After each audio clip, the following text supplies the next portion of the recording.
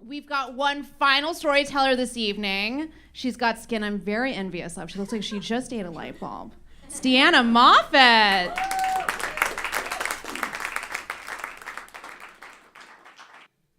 No, Joni, I do not want to go to downtown Portland dressed like a fairy. Joni is on the phone with me, and she has been relentless. For the last 3 months, she has been begging me to go downtown dressed like a fairy because she had some great experience with her friend Julie in London, and she wants to recreate it with me in Portland, and I think she's fucking nutballs. I mean, it's one thing to go to a show where you're performing and people come in, they want to see you. It's another thing to get into people's spaces. But she wants to jolt people out of their everyday lives. She wants to give people an unexpected experience. And I keep telling her, Joni, I don't have anything to wear. I'm not going to buy a costume to go dress on the streets like a fairy. It's just ridiculous. And I hang up the phone and I go in my bedroom and I'm doing some stuff in my bedroom and then I look in my closet and I realize I have the perfect fairy costume. It's my wedding dress. I mean, Paul and I got divorced 3 years before. I got rid of him, but some reason I still have this dress hanging in my closet.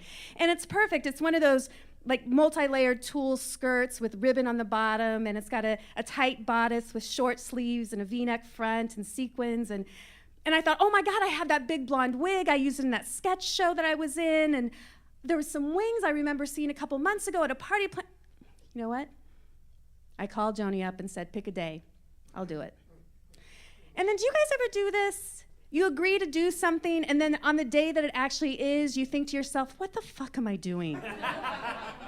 And that's exactly what I was thinking as I saw Joni wearing fishnet stockings, you know, Doc Martens. She had a pink crinoline skirt on, a black leather vest. She had these evil-looking wings, and she was carrying a bullwhip. And I clearly realized she had a completely different idea of what we were doing than I did. And I stepped out of her car when we got into downtown Portland on a 4 p.m. on Saturday, and I was like, what am I doing?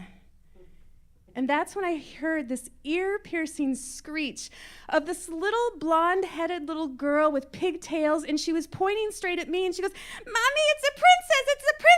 And she ran right up to me, and she was dragging her mom behind her, and she said, are you a princess? And I said, no, I'm even better. I'm a fairy, and you can make a wish with me. And so I sprinkled some fairy dust in her hand, which was really just glitter, and I told her to close her eyes and close her hand and make a wish, and when she got done with the wish, she should blow the fairy dust. And she did. And she bunched up her face. She made a wish, and she blew that, and then she looked at me, and she goes, I don't think my wish will come true, but thank you anyway. And then she scampered off. And then I turned to look at her mom, and I realized she had tears in her eyes. And she came up to me, and she said, my husband, her father, died a few weeks ago, and this is the happiest I have seen her since then. And all that anxiety that I had about what was about to happen was completely lost.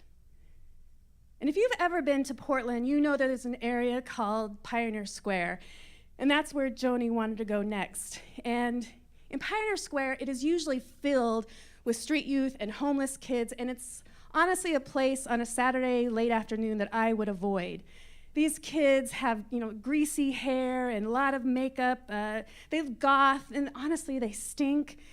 And I walked in with trepidation. And immediately, as soon as we got into the square, kids rushed us. Hey, what are you guys doing? What's going on? Why are you dressed like that? And we both said, oh, we're just here letting people to make wish. And one guy says, you gonna grant it? And I'm like, no, I'm not that. And before I knew it, we were surrounded by these street kids who were begging us to put fairy dust on their faces so they could make wishes. And so I did, and they did. And as they had their eyes closed, I looked at them up close. And I realized just how young they were. And I thought to myself, I hope they're making a wish for themselves that is better than living on the streets. We spent probably 2 hours in that square, and we had tons of people coming up to us all the time, and they were constantly asking, why are you doing this? Who are you working for? Everyone thought we were working for Red Bull, and we promised them we were not. That we were just out here hoping that we could give them an experience that they wouldn't forget, and that they could smile and make a wish and give us a hug, to which everybody did. And we left the square and we traveled up Broadway, and that Broadway street, which is kind of an upscale street in Portland, Oregon. And as we were approaching Benson Hotel, we saw this big group of guys in tuxedos, and one of the guys was smoking. He looks right at us and he points at Joni and he goes, Joni, what are you doing dressed like that? And Joni says, Tommy, what are you dressed like that? And Tommy was actually a groomsman in one of those big lavish weddings at the Benson Hotel. And he said, you guys got to get in there and say something to the bride and groom. And I'm like, what? I'm wearing a wedding dress. He drags us in there. And if looks could kill, I would be a goner. As soon as that bride saw me, she just, the look was, what the fuck are you doing here?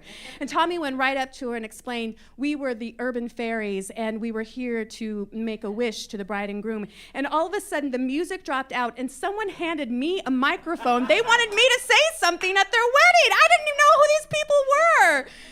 But I fumbled along some words, and then I asked everyone in this big hotel room, there was 300 more people, I said, I'd love it if we could all just grant a wish together for this bride and groom silently.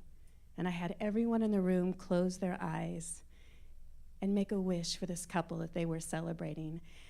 God, the electricity in that room. It was amazing as the room was completely silent. And then after about 10 seconds, there was spontaneous applause, and someone tried to put $50 in my hand. They invited us to stay, and I said, we can't, we've got more work to do, and we left. And we were on such a high. And the night continued. We went on one of the MAX trains, which is the light rail train down there, and we got the entire car to sing Twinkle, Twinkle, Little Star in hushed tones. And then we had them make a wish for someone else on the car. And then, as we continued walking, there was one person I will never forget, because in the midst of all this magic that we were experiencing, this woman was different. And she was wearing a raincoat, and she had on these pull-on sweatpants, and she was just standing there as we approached with her arms crossed.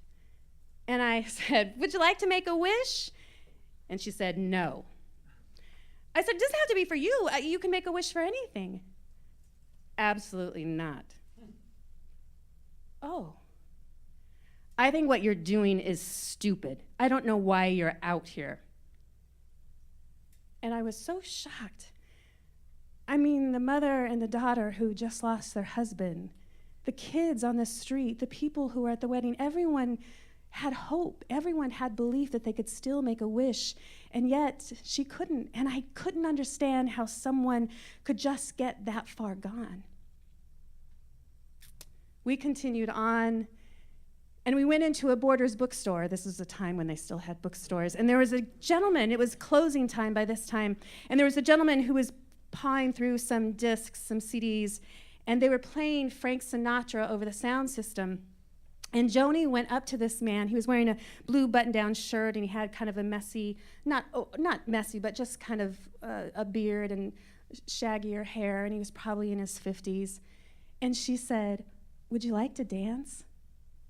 And he said, okay. And they started dancing. And they kept dancing. And the people who worked at that bookstore kept playing music for them to dance to until well past 20 minutes after they closed. And he finally stepped back from her, and with tears in his eyes, he said, I haven't danced since my wife died 10 years ago. I'll always remember this night. At some point, we had an officer, a mounted police officer, stop us and said, "I don't know who you are and I don't know why you're out here, but you have changed the city tonight. Portland is a better city simply because you're here." Joni got her wish. I mean, we jolted people out of their everyday experience, and I was jolted out of mine again and again and again. And I'll tell you what, I am so glad I kept that dress. Thank you.